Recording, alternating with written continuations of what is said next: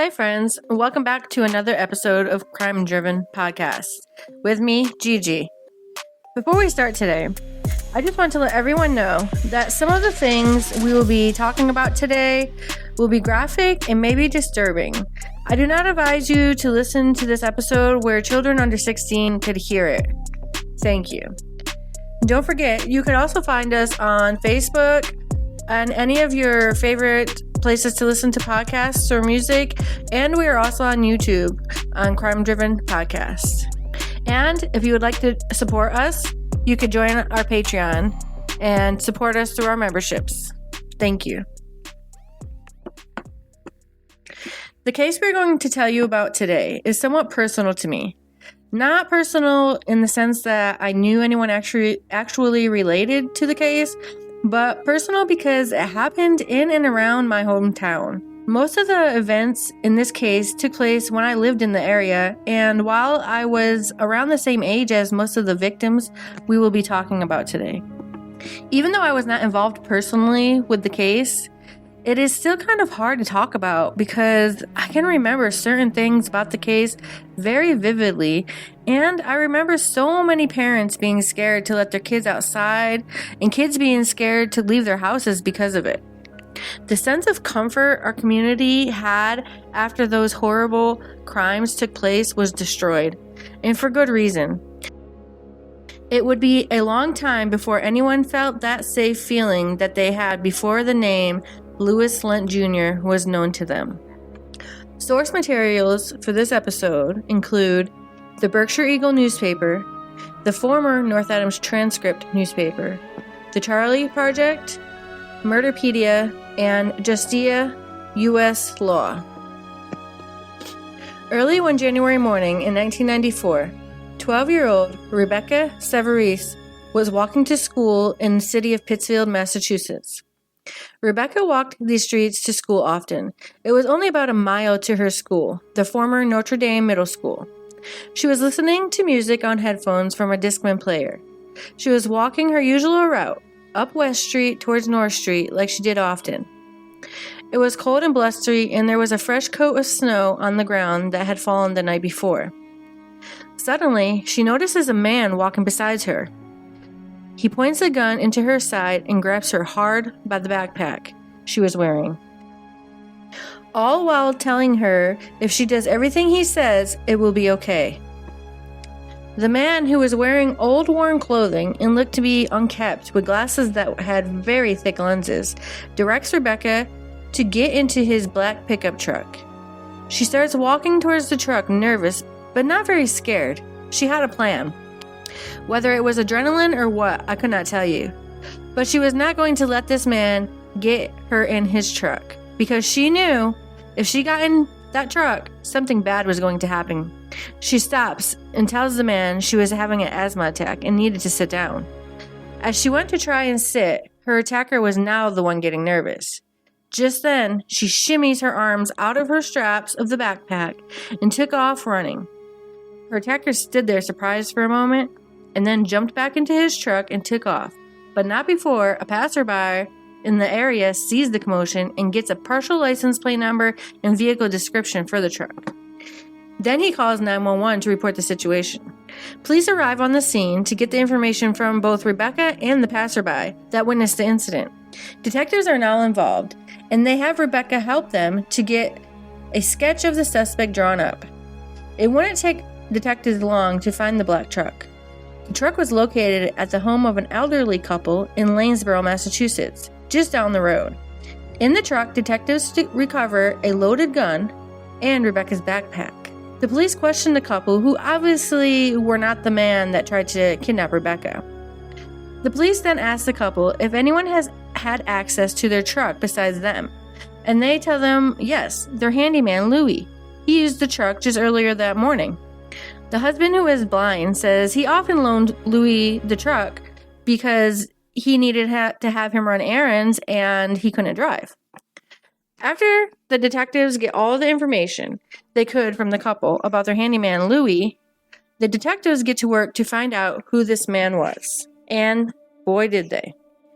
Lewis Lent Jr. was a 43-year-old man that lived in North Adams, Massachusetts, At the time, he lived in an upstairs apartment at 18 Hudson Street in the city.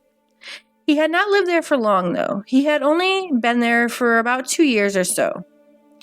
North Adams is just a smaller city on the western side of Massachusetts in Berkshire County. It's pretty much in the very northwest corner of the state. Where he lived was a 3-bedroom apartment he shared with his step-nephew and the nephew's friend. With the information that was gathered, police were able to locate Mr. Lent pretty quickly at a friend's house. They arrested Mr. Lent and took him to the station for what was going to turn into something detectives and many others never saw coming. Lewis Lent was born in 1950 in a town called Reynoldsville in upstate New York. His parents divorced when he was a toddler and both eventually remarried. As he grew up, he never seemed to be very family-oriented. He mostly just kept to himself. Lent moved around some after he dropped out of high school in 1967, living in places like Ithaca, New York, New Mexico, Florida, and then back to Clifton Park, New York, where he would study ministry for some time before settling in Berkshire County, Massachusetts. He often stayed at YMCAs or in his van and worked odd jobs to earn money. Some people that knew Mr. Lent believe he lived this way because he may have had some slight mental disadvantages and was not able to follow directions or instructions correctly to keep a steady job and therefore a place to stay. Some acquaintances of Lent said that even when he was offered a decent place to stay by family or friends, he would often refuse the invitation and just slept in his van. When he finally settled in Berkshire County, Massachusetts, he first lived in Pittsfield. This was around 1987 or so. An acquaintance of his sent him to a movie theater manager that was looking to hire a janitor. Not long after Lent started working at the theater, he was able to rent a small apartment in the Pittsfield area before moving to North Adams in late 1991. Mr. Lent worked at night while the theater was closed, so he had keys to the building. It wouldn't be long, though, until there was a problem with Lent's performance on the job. He was caught late one night with a young boy in the theater on what Lent called a campout. He was caught by the theater manager. He was pretty much told he was on thin ice now and not to let it happen again, and he didn't. Lewis Lent would have his job at the theater until November of 1993, when he was let go for what the manager would call sloppy work. It was then he started looking for odd jobs in the area to stay afloat. Many described Lent as friendly but secretive. He was not a complicated person, but did not seem to have any life goals. Mr. Lent never married or had any children, but he did often befriend children in the area, especially a young neighbor boy that lived in the same building as he did in North Adams. Although most people that knew Lent had surprisingly good things to say about him, there was a couple of occasions that were anything but pleasant. One of those times were when he showed up at a neighbor's house with a baseball bat, threatening to harm the dog because the dog was scaring the kids in the neighborhood. There was also an instance where he threatened the manager of the movie theater. He was odd for sure, but did not come across as violent at all. Now that the detectives had Lent in the interrogation room, it wouldn't take long for Mr. Lent to start confessing. But the confession was not for the attempted kidnapping of Rebecca that took place earlier that morning. No. It was much more than that, and much worse than detectives could have ever imagined. We are going to go back in time a little to the early 1990s. This is where our story really begins. On October 22nd, 1990, around 5 p.m., 12-year-old James Jimmy Bernardo rode his bike from his home on McKinley Terrace in Pittsfield, Massachusetts, to go to the wall-to-wall billiards on Housatonic Street at the Cinema Center shopping plaza. That was the last time anyone ever saw Jimmy again. Jimmy's parents, Ronald and Mary, called police when Jimmy did not return home when he was supposed to at 7:30 p.m. that night. Police in the community started their search right away for the 12-year-old.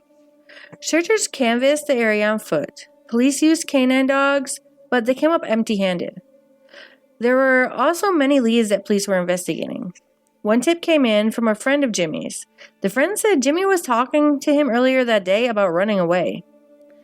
This tip didn't seem very credible, but detectives were not going to leave any tips on the table. Another lead that police were following was that of a circus train that goes through the town that Jimmy could have boarded. Even though these leads seemed outrageous to those involved in the investigation, the detectives had nowhere else to turn. Authorities never believed that there was any foul play involved in Jimmy's disappearance. They also did not believe that he ran away.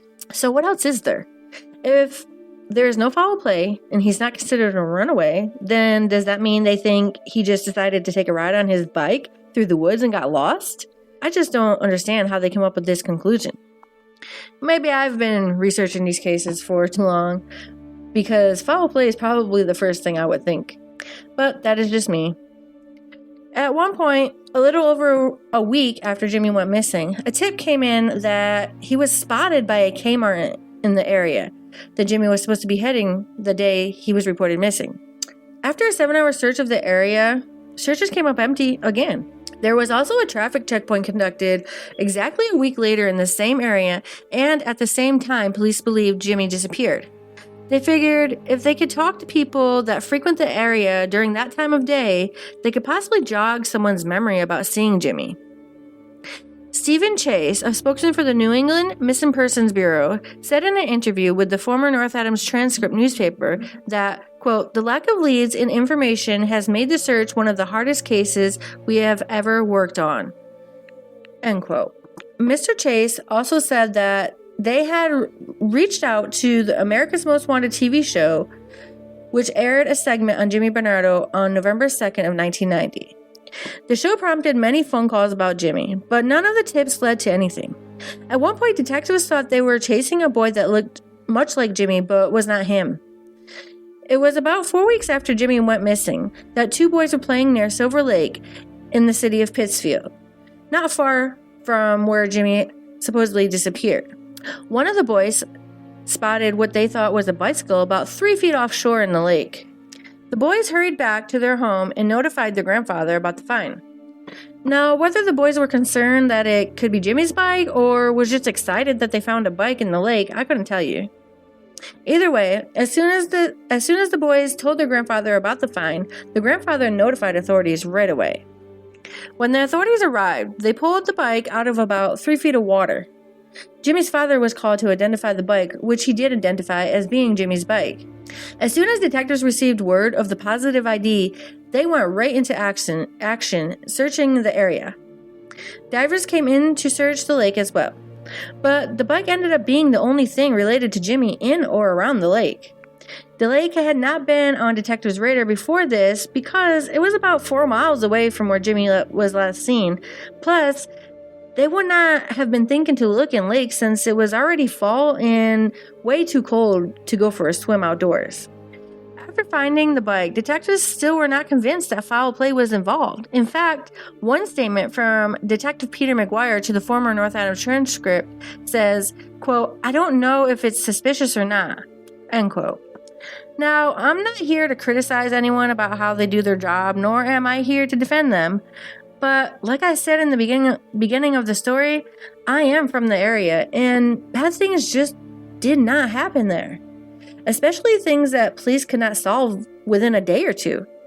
People felt safe always.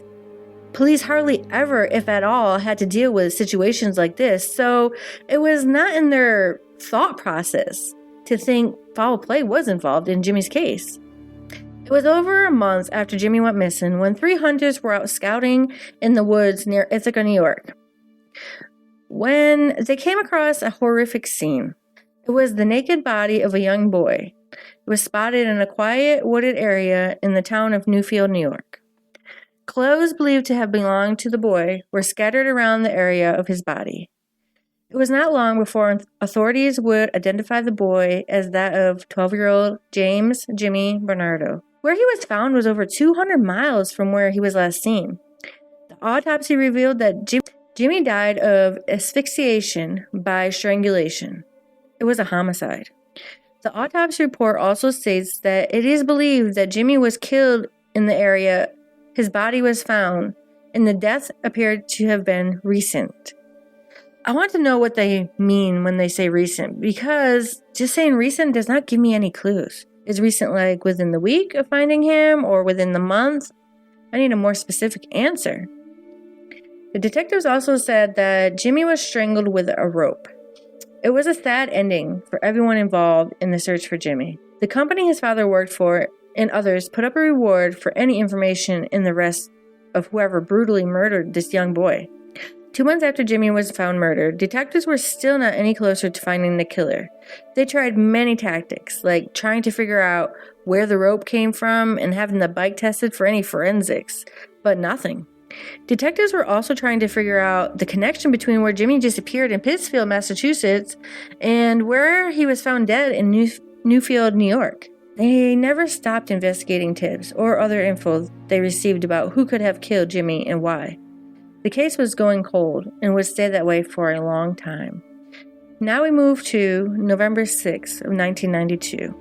16-year-old Jamie Lusher left his Ridgeview Terrace home in Westfield, Massachusetts, riding his mountain bike on the way to his grandmother's house on Russell Road in Blandford, Massachusetts.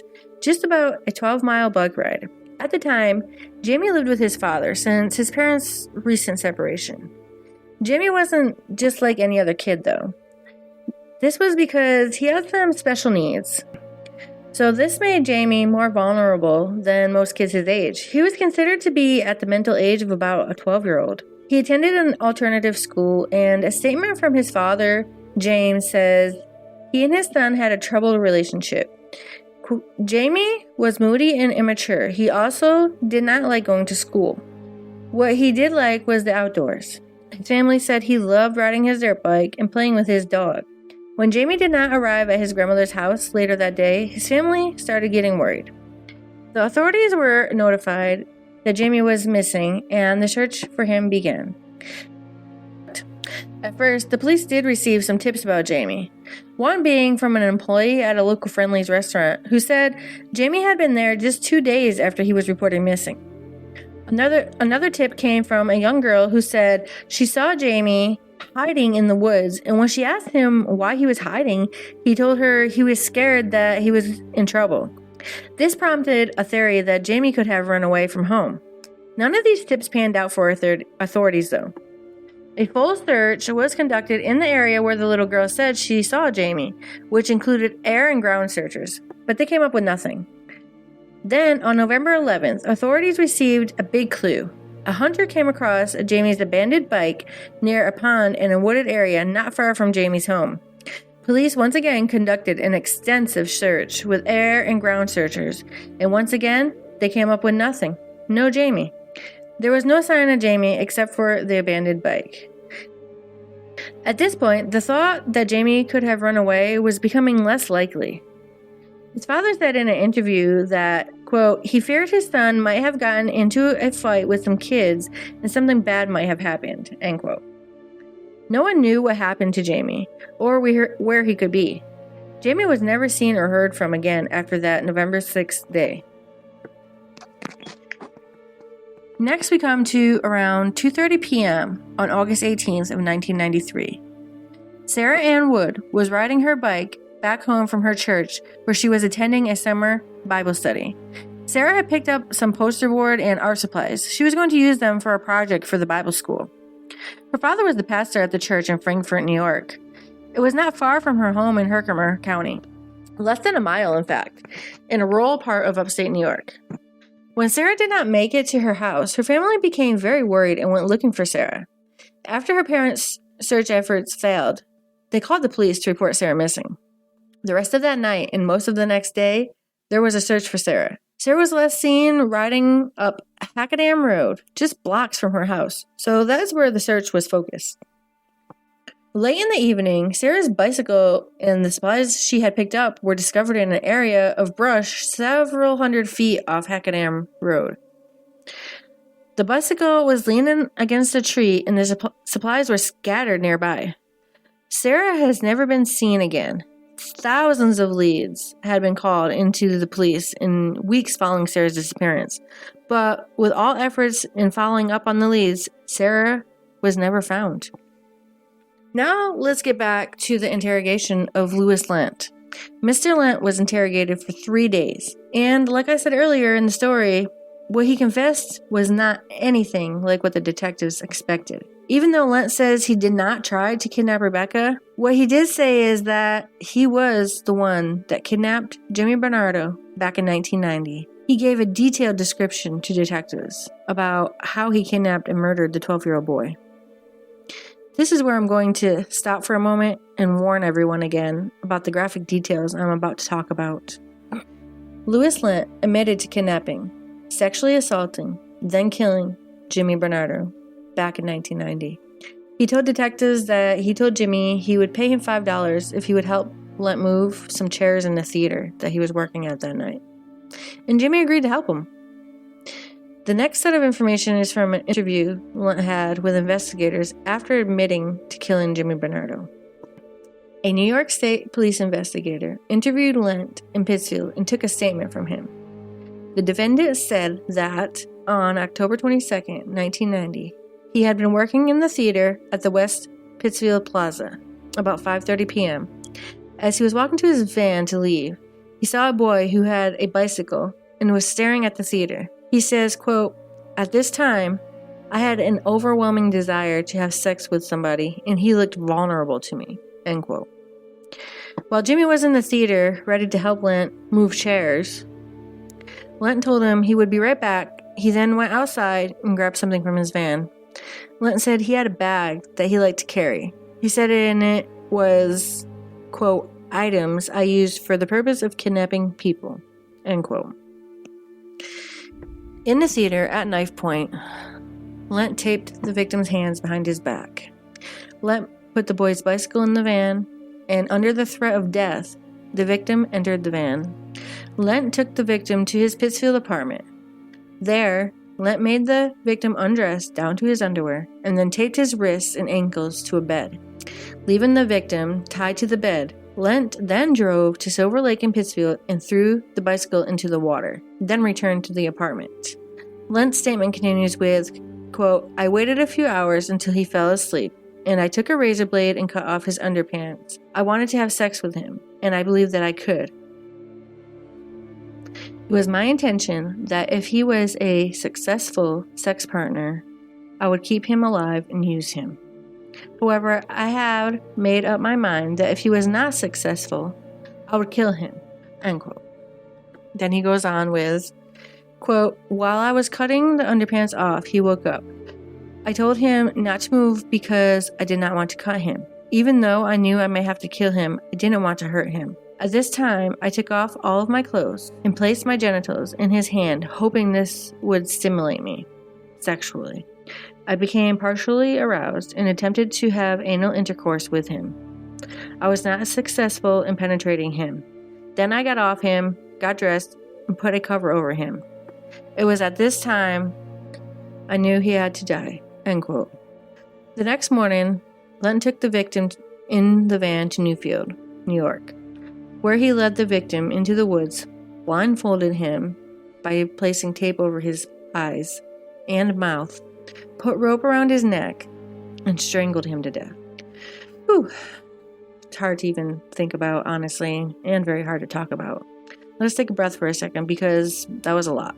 And I actually never heard any of that information before I started researching this case. All I can think is about how scared Jimmy must have been and how sick and disgusting Lewis Lent is for what he did to poor Jimmy. This is what I was saying when I said this case is personal to me, because I have always thought about this, the how and why this happened to Jimmy ever since I was 10 years old. And knowing the information I know now and looking back, I'm glad that I never knew any of this information at a young age. Okay, let's continue. The murder of Jimmy Bernardo was not the only thing Lent confessed to. Lewis Lent also confessed to kidnapping and murdering 12-year-old Sarah Ann Wood in 1993. According to Lent's confession, he was driving his van along back roads with the specific intent of finding a child to molest and kill when he came across Sarah Wood. He told detectives that he chose Sarah because she, quote, looked cute riding her pink bike, end quote. Lent said he stopped on the road in a way that Sarah would have had to go past him to keep going in the direction she was. But Sarah would never get past Lent. He used a hunting knife to force her into the van, then used tape to bind her hands, much like he did to Jimmy. He drove her farther upstate into the Adirondack Mountains, where he raped her and clubbed her to death with a heavy tree branch. He says he buried her body using tools brought along for that purpose. He told police, quote, "I didn't check to see if she was breathing because I don't like to touch dead bodies," end quote. The kidnapping and murder of Sarah Wood is the last confession Lewis Lent would make during this interrogation. But police do not believe that these two kids were Lent's only victims. Lent was booked into the Berkshire County Jail, held without bond, thankfully. There was so much to do and so much to investigate now. I mean, at the beginning of this interrogation, detectives thought they were going to get a confession about him trying to kidnap poor little Rebecca. And then it turned into all of these murders of young, innocent children. The first thing detectives wanted to do was search Lent's apartment in North Adams. While they were waiting to get the search warrant for the apartment, they contacted the FBI about Lent's case. The reason for contacting the FBI was mainly because detectives were not sure how many more victims there was and where the other victims could possibly be located. Since this was already going to be a two-state case because of Jimmy Bernardo and Sarah Wood being in New York, but also because he kidnapped Jimmy out of Massachusetts, it was a very good possibility that there could be more victims in the other surrounding states. I mean, that part of Massachusetts that Lent lived in bordered not just New York, but also Vermont, Connecticut, and New Hampshire. When detectives finally were issued the search warrant for Lent's apartment, they were not sure what they would find. I remember hearing rumors as a kid about things that could be found or may have been found in his apartment. Some of these rumors included certain body parts in jars and a secret rooms in the apartment. And come to find out, some of these rumors were not far off. What detectives found during the search was that Lent had tried to build a secret room within his own bedroom. This area he was building was said to be where Lent was planning to use as a place to keep and hide kids for his pleasure. Also in his bedroom were shelves of non-perishable foods and a small refrigerator stocked with food as well. Detectives also came across coloring books, crayons, and other small toys. Children's clothes were hidden in different areas of the bedroom, including a white sweater that some say belonged to Sarah Wood.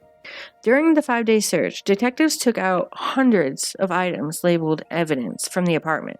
What remained in the house were rusty old car parts and piles of dirty laundry. A vanity license plate that lay on the floor that read, quote, "You have a friend in Jesus," end quote. This lay next to a pile of religious books Lent was known to have read often. Something else detectives learned while searching the house is that the wall found in Lent's room was just built about a week before he was arrested. The neighbors who lived downstairs from Lent said they received a phone call from Lent after he was arrested. Lent asked the boyfriend of the neighbor to go to his apartment and look in the refrigerator in his room to find a glass jar and take it out. When the man got to the room and looked in the refrigerator, he said he did not find a glass jar. It was also revealed that the son of the downstairs neighbor had a very close relationship to Lent. Although it was also said by the 12-year-old boy that Lent never tried anything, quote, weird on him. During these 5 days of searching in Lent's apartment, he was still being questioned by detectives and the FBI about Sarah Wood. They needed to know where her body was because she still had never been found. After some persuading, Lent finally gave detectives a location for Sarah Wood. Lent claimed he buried Sarah's body in a clearing near Roquette Lake in the Adirondack Mountains, near the town of Inland. The lake is in upstate New York, about 100 miles northwest of Albany, the capital of New York, and about 70 miles northeast of Sarah's home. It sits at the southern tip of the Adirondack Mountains on Route 28. He also drew detectives a map of the area Sarah's body was supposed to be in. With this information, detectives from the Pittsfield Police Department in Massachusetts and New York State and Massachusetts Police and the FBI began the search for Sarah Wood. They gathered over 150 people to help conduct the search, including some soldiers from the nearby Fort Drum base. The search was anything but easy. There was over 2 feet of snow on the ground, freezing temperatures and more snow forecasted to fall in the next 24 hours. The FBI brought in special equipment from Quantico, including some ground-penetrating sonar equipment. They also had a special cadaver dog, a Swiss mountain dog named Hannibal, from Rhode Island to aid in the search.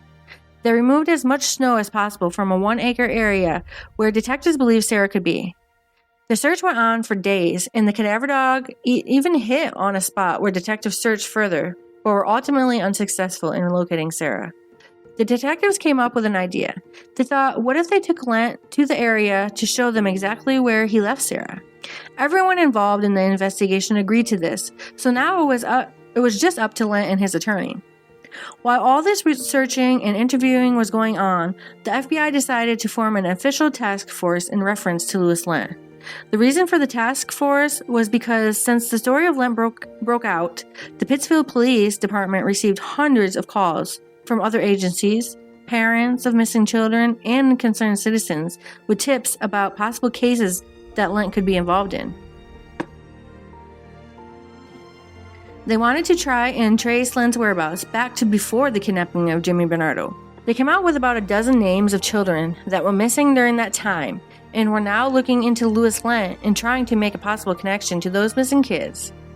These missing children included James Jamie Lusher, age 16, missing since 1992, Karen Wilson, age 21, missing since 1985, Sean Guggen, age 15, missing since 1992, Carrie Lynn Nixon, age 16, missing since 1987, Carolyn Lanzak, age 18, found dead in 1988, Bobby Gutkiss, age 15, found dead in 1983, Holly Paranen, age 10, found dead in 1990, plus Jimmy and Sarah. The search for Sarah Wood's body went on for weeks, but detectives came up empty. The request for Mr. Lent to be taken to the area to show detectives the exact location where he allegedly buried Sarah's body was refused by Lent with the advice of his lawyer. Lewis Lent Jr. was charged with the kidnapping and murder of Jimmy Bernardo. He would face these charges in Massachusetts, even though Jimmy's body was found in New York. There was a slight dispute at first about whether detectives were going to charge him in New York or Massachusetts with this case, mostly because Massachusetts had a death penalty and New York did not. He would also face charges of kidnapping and murder of Sarah Ann Wood in New York. Even though Sarah's body was never found, detectives believed they had enough evidence to convict Lent with her murder. In 1996, Lewis Lent pleaded guilty to the kidnappings and murders of both Jimmy Bernardo in Massachusetts and Sarah Ann Wood in New York. He was also convicted of the attempted kidnapping of Rebecca Savarese. For Rebecca, he received a 17 to 20-year sentence. For Sarah Wood, he received a 25-year sentence in New York. And for Jimmy Bernardo, he received a life sentence without the possibility of parole in Massachusetts.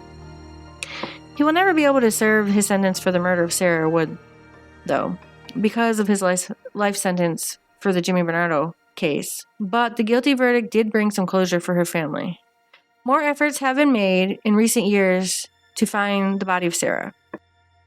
A search was conducted around the area of Mount Greylock in the town of Adams, Massachusetts, just next to North Adams. This search was also fruitless.